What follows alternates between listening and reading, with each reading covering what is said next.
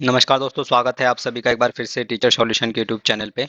Gas paper की series में आज हम स्टार्ट करेंगे आपका एनवायरनमेंट एजुकेशन के मोस्ट इंपॉर्टेंट क्वेश्चंस, जो कि आपके रॉयल खन यूनिवर्सिटी के बीएड सेकेंड ईयर का आपका सब्जेक्ट रहता है। 2024 की गैस पेपर की सीरीज में जो भी इंपॉर्टेंट क्वेश्चंस मैं आपको बता रहा हूँ, 100% वो आपके एग्जाम में आपको देखने को मिलेंगे। इसलिए अगर आप हमारे चैनल पर नए हैं तो चैनल को सब्सक्राइब कर लीजिएगा और बेल आइकन को प्रेस कर लीजिएगा, जिससे कि आपके पास वीडियो के नोटिफिकेशन आते रहें। कोई भी वीडियो आपकी रॉयल खन यूनिवर्सिटी की बीएड सेकेंड ईयर की गैस पेपर की बिल्कुल भी मिस नहीं होनी चाहिए। एक एक क्वेश्चन आपको हमारी गैस पेपर की सीरीज से मिलेगा और पूरा 100% पेपर आपको हमारी गैस पेपर सीरीज से मिलने वाला है। आज का पेपर रहेगा आपका पर्यावरण अध्ययन, जो कि आपका बहुत ज़्यादा इंपॉर्टेंट रहता है, और जो भी क्वेश्चंस मैं आपको बताऊंगा 100% वही आपके आने वाले हैं। तो चलिए फटाफट से वीडियो को स्टार्ट करते हैं और देखते हैं कौन कौन से क्वेश्चन आपके इसमें इंपॉर्टेंट रहने वाले हैं, और अपना फटाफट से उसका स्क्रीनशॉट ले लेना है और अपने क्वेश्चन बैंक में उसको टिक कर लेना है। सबसे पहला क्वेश्चन भाई बहुत ज्यादा इंपॉर्टेंट रहता है आपका पारिस्थितिकी तंत्र से, ठीक है ना। तो इकोसिस्टम से आपका क्वेश्चन आता ही आता है, ठीक है। कैसे कैसे पूछता है इकोसिस्टम से, आइए देखते हैं। पारिस्थितिक तंत्र के विभिन्न घटकों एवं उनके कार्यों का विस्तार से वर्णन कीजिए, या फिर विभिन्न खाद्य श्रृंखलाओं में ऊर्जा का प्रभाव विभिन्न खाद्य स्तरों पर किस प्रकार होता है।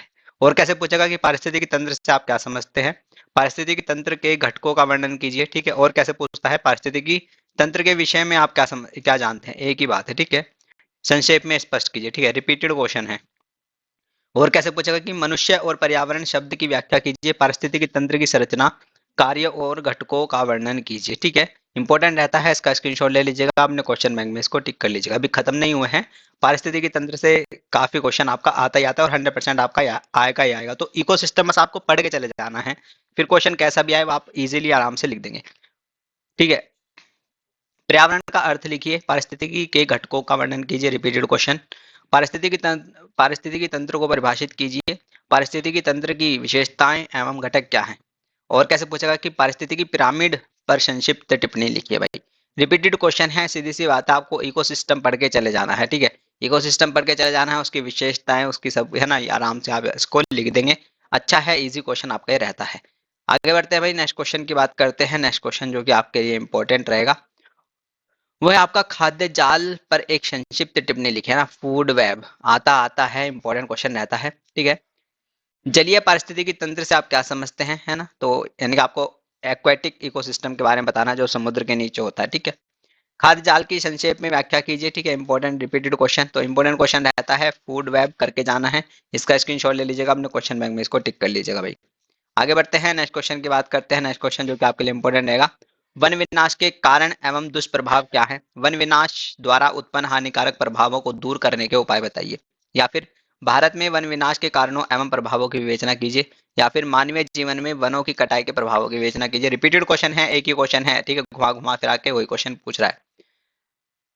नरवनि नरवनीकरण के कारण और उपचार का वर्णन कीजिए, ठीक है ना। तो एक ही क्वेश्चन है, रिपीटेड क्वेश्चन है, इंपॉर्टेंट क्वेश्चन रहता है। इनका स्क्रीनशॉट ले लीजिएगा और अपने क्वेश्चन बैंक में इसको टिक कर लीजिएगा। आगे बढ़ते हैं भाई, नेक्स्ट क्वेश्चन की बात करते हैं। नेक्स्ट क्वेश्चन जो कि आपके लिए बहुत ज्यादा इंपॉर्टेंट रहेगा, जैव विविधता से आपका क्वेश्चन आता ही आता है, बायोडाइवर्सिटी से आपका क्वेश्चन आता ही आता है। जिस तरह से आपका इकोसिस्टम पे क्वेश्चन आता ही आता है, उसी तरह से आपका एक क्वेश्चन बायोडाइवर्सिटी पे जरूर मिलेगा 100%, ठीक है। आइए देखते हैं कैसे कैसे क्वेश्चन इसमें पूछता है। जैव विविधता का अर्थ लिखिए, वर्तमान समय में जैव विविधता को किस प्रकार का खतरा है। जैव विविधता का संरक्षण हमारे लिए महत्वपूर्ण है, क्यों। या फिर पूछेगा कि जैव विविधता से आप क्या समझते हैं, जैव विविधता का संरक्षण क्यों आवश्यक है, रिपीटेड क्वेश्चन। और पूछा कि जैव विविधता एवं उसके कार्य का क्षेत्र का वर्णन कीजिए, ठीक है। भारत जैव विविधता का वृहत केंद्र है, इस कथन की व्याख्या कीजिए, ठीक है। तो इंपॉर्टेंट क्वेश्चन रहता है, बायोडाइवर्सिटी अभी खत्म नहीं हुए हैं। आगे बढ़ते हैं भाई, और कैसे कैसे क्वेश्चन करता है देखो। जैव विविधता का महत्व, रिपीटेड क्वेश्चन। जैव विविधता की आवश्यकता, रिपीटेड क्वेश्चन। भारत में समृद्ध जैव विविधता अभी आया पीछे, रिपीटेड क्वेश्चन। विस्तृत रूप से समझाइए और जैव विविधता का महत्व, रिपीटेड क्वेश्चन है सारे के सारे, ठीक है। तो ये करके जाना है, एक दो क्वेश्चन तैयार कर लेंगे, सारे आपके बायोडाइवर्सिटी के क्वेश्चन तैयार हो जाएंगे। इनका स्क्रीनशॉट ले लीजिएगा, अपने क्वेश्चन बैंक में इसको टिक कर लीजिएगा। चलिए आगे बढ़ते हैं और नेक्स्ट क्वेश्चन की बात करते हैं। नेक्स्ट क्वेश्चन जो कि आपकी स्क्रीन पर है, पर्यावरण प्रदूषण के प्रमुख कारण क्या हैं। अम्लीय वर्षा, ओजोन परत का विघटन एवं स्तंभ के पिघलने के कारणों एवं उनसे होने वाले दुष्प्रभावों को विस्तार से समझाइए। इन पर्यावरण संकटों से किस प्रकार बचा जा सकता है। इंपॉर्टेंट क्वेश्चन है, अच्छा क्वेश्चन है। पर्यावरण पर खनन के दुष्प्रभाव हम बताने हैं, या फिर पर्यावरण प्रदूषण से आप क्या समझते हैं? पर्यावरण प्रदूषण के स्थानीय एवं वैश्विक प्रभावों की विवेचना कीजिए एवं कुछ समाधान सुझाइए। इंपॉर्टेंट क्वेश्चन है भाई पर्यावरण प्रदूषण, ठीक है। और उसके साथ यहाँ पे ओजोन परत भी आ रहा है, ठीक है, अम्लीय वर्षा भी आ रहा है, ठीक है। तो करके जाना है, इंपॉर्टेंट क्वेश्चन रहता है। आगे बढ़ते हैं। आगे है आपका इसी से रिलेटेड है।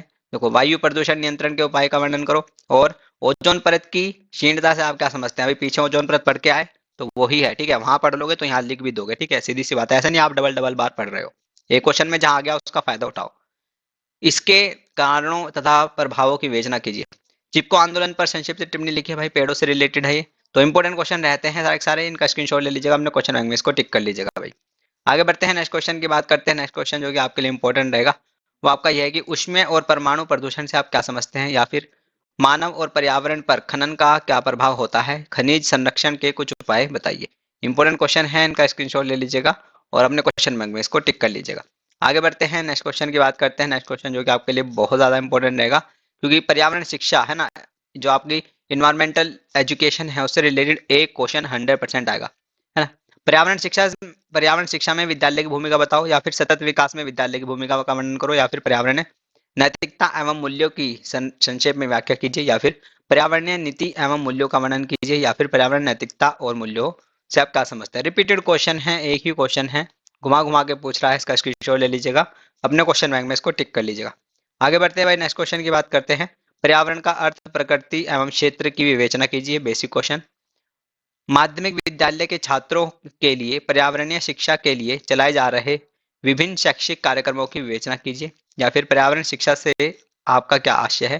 पर्यावरण संरक्षण एवं सतत विकास में स्कूल की भूमिका का वर्णन करो। और पर्यावरण से आप क्या समझते हैं? पर्यावरण शिक्षा की आवश्यक एवं महत्व की विवेचना कीजिए। भाई सीधी सी बात है भैया, आपको इन्वायरमेंट से आप क्या समझते हैं और उसका इंपॉर्टेंस और आपकी इन्वायरमेंट एजुकेशन, ठीक है। तो ये इंपॉर्टेंट रहता है, इसका स्क्रीनशॉट ले लीजिएगा, अपने क्वेश्चन बैंक में इसको टिक कर लीजिएगा, ठीक है। आगे बढ़ते हैं, नेक्स्ट क्वेश्चन की बात करते हैं। नेक्स्ट क्वेश्चन जो कि आपका वहीं से रिलेटेड है, इन्वायरमेंट एजुकेशन से ही पर्यावरण शिक्षा, ठीक है, अभी वही चल रहा है तो इन्वायरमेंट एजुकेशन पढ़ के जाना है, ठीक है। पर्यावरण शिक्षा के मूल्य कौन से हैं, या फिर शिक्षा के द्वारा पर्यावरण जागरूकता की मुख्य विशेषताओं का वर्णन कीजिए, या फिर शिक्षा द्वारा पर्यावरण जागरूकता की प्रमुख विशेषताओं के बारे में लिखिए। रिपीटेड क्वेश्चन, एक ही क्वेश्चन है, इंपॉर्टेंट क्वेश्चन रहता है, इसका स्क्रीनशॉट ले लीजिएगा, अपने क्वेश्चन बैंक में इसको टिक कर लीजिएगा। आगे बढ़ते हैं भाई, नेक्स्ट क्वेश्चन की बात करते हैं। नेक्स्ट क्वेश्चन जो कि आपके लिए बहुत ज्यादा इंपॉर्टेंट रहने वाला है। माध्यमिक विद्यालयों के विद्यार्थियों के लिए पर्यावरणीय शिक्षा द्वारा पर्यावरणीय जागरूकता की विशेषताओं का वर्णन कीजिए, या फिर पर्यावरण के विभिन्न प्रकारों का संक्षेप में वर्णन कीजिए, या फिर पर्यावरण शिक्षा में विद्यालय की भूमिका को स्पष्ट कीजिए। और क्या पूछेगा कि पर्यावरण शिक्षा के संप्रत्ययन के कंसेप्ट, पर्यावरण शिक्षा के कंसेप्ट को परिभाषित कीजिए।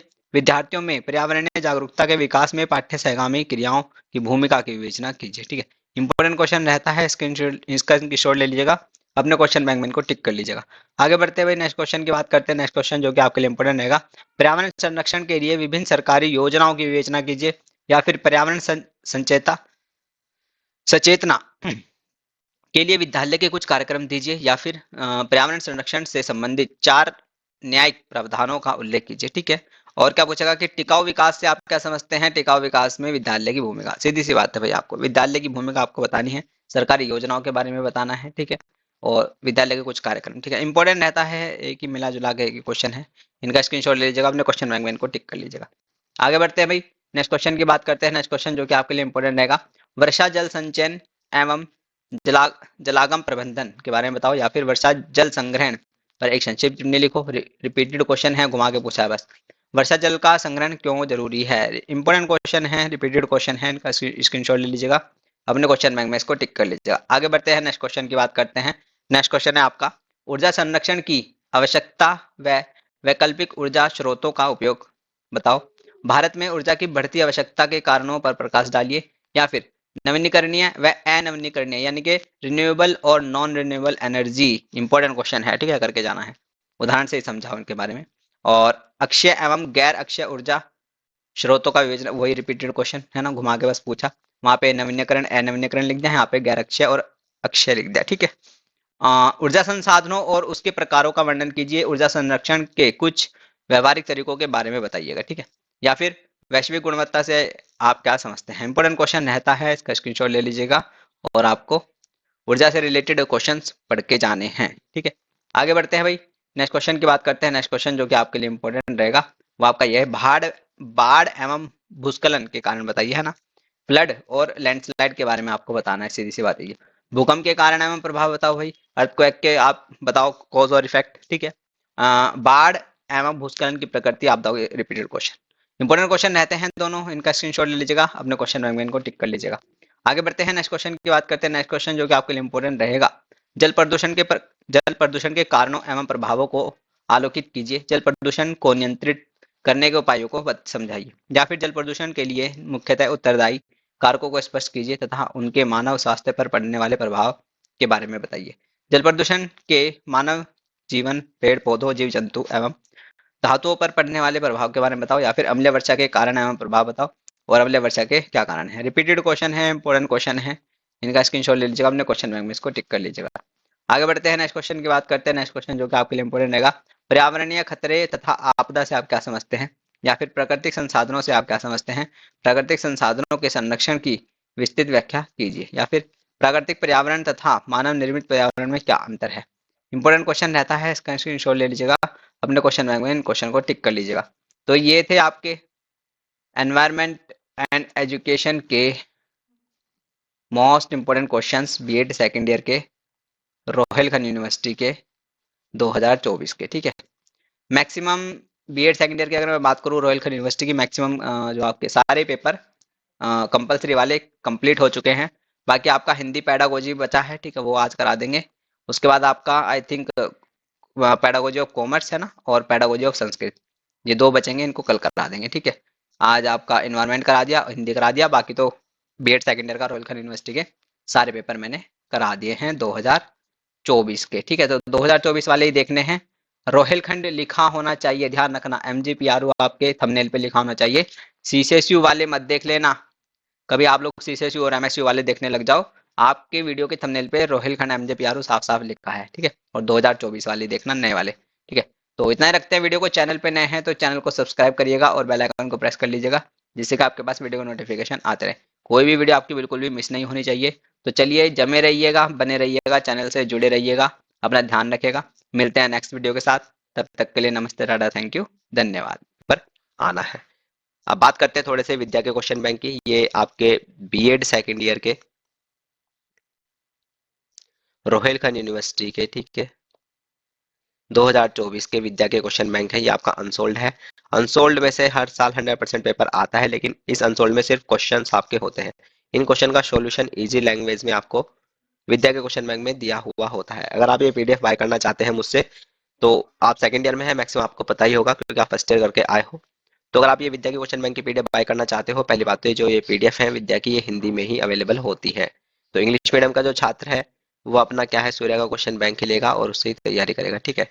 और अगर आपने हिंदी के क्वेश्चन बैंक ले लिए हैं सूर्य के, तो ज़्यादा परेशान नहीं होना है, ठीक है।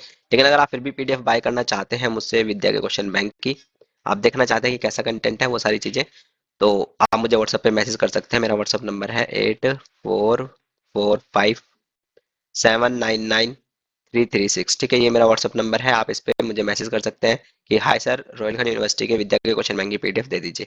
तो मैं आपको दे दूंगा सारी पीडीएफ। आपका पेडागोजी सब्जेक्ट भी इसमें मिलेगा, ठीक है। आपके प्रैक्टिकल ये जो आती है बुक, ये भी आपको मिलेगी, ठीक है।